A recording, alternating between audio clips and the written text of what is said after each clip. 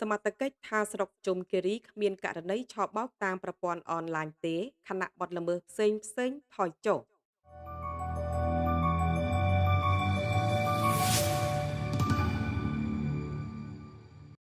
លោកអធិការស្រុកជុំគិរីបានបញ្ជាក់ថា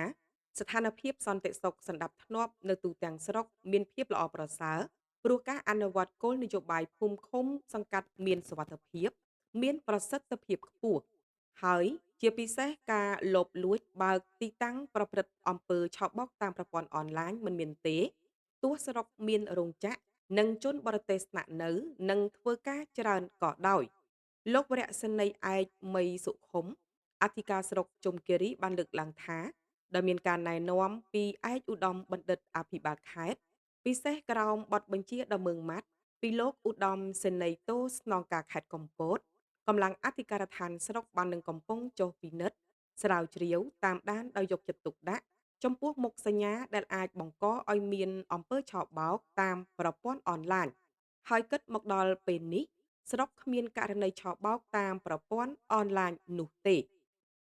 សំខាន់គឺទី1យើងចុះគ្រប់គ្រង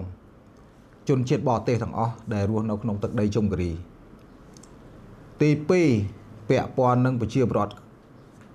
កូនចៅបងប្អូនប្រជាពលរដ្ឋយើងនេះទៅបំរើការងារនៅតាមបណ្ដាកាស៊ីណូផ្សេងទូទាំងប្រទេសនេះឃើញថាយើងបានចុះ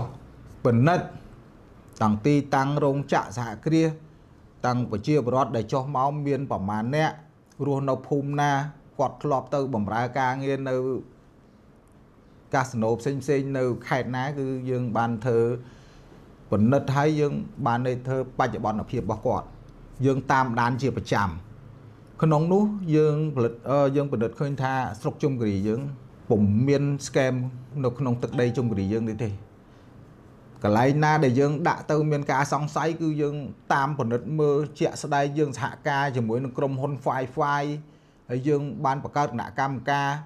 ចុះភ្លាមហ្មងដែលមានការចង្អុលបង្ហាញអានេះសំខាន់ណារបស់អភិបាលខេត្តយើងក៏ដូចជាលោកឧត្តមនាយតូនងការហើយក្នុងនាមខ្ញុំអធិការនេះអានេះក្តៅកកទល់ថ្ងៃនេះអញ្ចឹងមួយសប្តាហ៍ខ្ញុំត្រូវធ្វើរបាយការណ៍ពាក់ព័ន្ធនឹងបច្ចុប្បន្នភាពជនជាតិកូនចៅបងប្អូនប្រជាពលរដ្ឋយើងទៅធ្វើការតាមកាស៊ីណូហើយមួយទៀតជាក់ស្ដែងតាមបណ្ដារោងចក្រដែលមានជនជាតិបរទេសដែលរស់នៅលើនេះគឺយើងបានធ្វើបច្ចុប្បន្នភាពទាំងអស់គ្រប់ជនជាតិដែលរស់នៅនេះគឺអត់មានពាក់ព័ន្ធនឹង scam online ទេ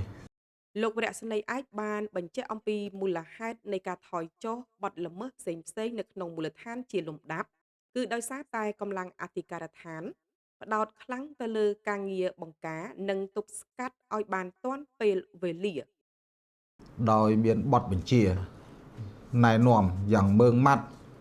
របស់លោកឧត្តមនាយតូស្នងការអញ្ចឹងទី1គឺយើងត្រូវមានវិធានការបង្ការមានន័យថាឲ្យប៉ុស្តិ៍រដ្ឋបាលរបស់យើងទាំងអស់ហ្នឹងធ្វើការផ្សព្វផ្សាយតាមសាលារៀនតាមវេទិកាសាធារណៈដែលយើងធ្វើជារៀងបន្តមកអាហ្នឹងពាក់ព័ន្ធនឹងវិធានការទី1ពាក់ព័ន្ធនឹងវិធានការទី2យើងមានវិធានការទប់ស្កាត់ហ្នឹងទី1យើងធ្វើរបៀបម៉េចយើងអាចយកមកអប់រំណែនាំធ្វើកិច្ចសន្យាទី3គឺវិធានការបង្ក្រាបករណីនេះយើងមានបន្តបន្ទាប់ដែរប៉ុន្តែយើងអត់សូវចង់បានចំណុចនេះទេយើងចង់បានវិធានការផ្សព្វផ្សាយឲ្យប្រជាពលរដ្ឋយើងមានការយល់ដឹងអាហ្នឹងជាដែលយើងធ្វើបានមកជោគជ័យហ្នឹងគឺសំខាន់ណាស់វិធានការ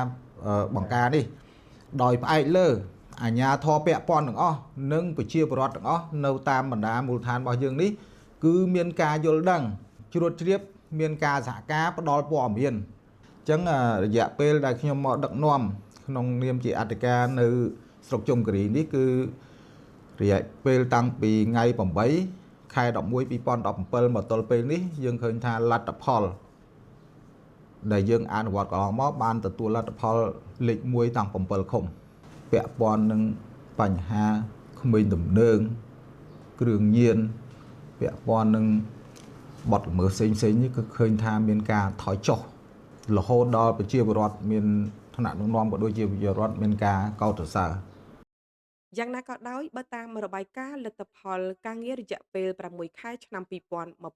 2026របស់អធិការដ្ឋានស្រុកជុំគិរីបានបង្ហាញថាករណីគ្រោះថ្នាក់ចរាចរណ៍មានច្រើនជាងគេ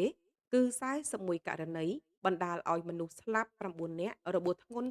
38នាក់និងស្រាល51នាក់ខណៈដែលបទល្មើសព្រហ្មទណ្ឌកើតឡើងចំនួន13ករណីបទល្មើសឧក្រិដ្ឋកម្មកើតឡើងចំនួន2ករណី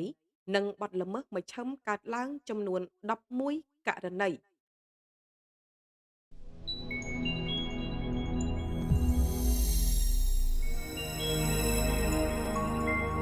ចូលរួមប្រើប្រាស់សេវាប្រមូលសំរាមទាំងអស់គ្នាដើម្បីទីក្រុងយើងស្អាត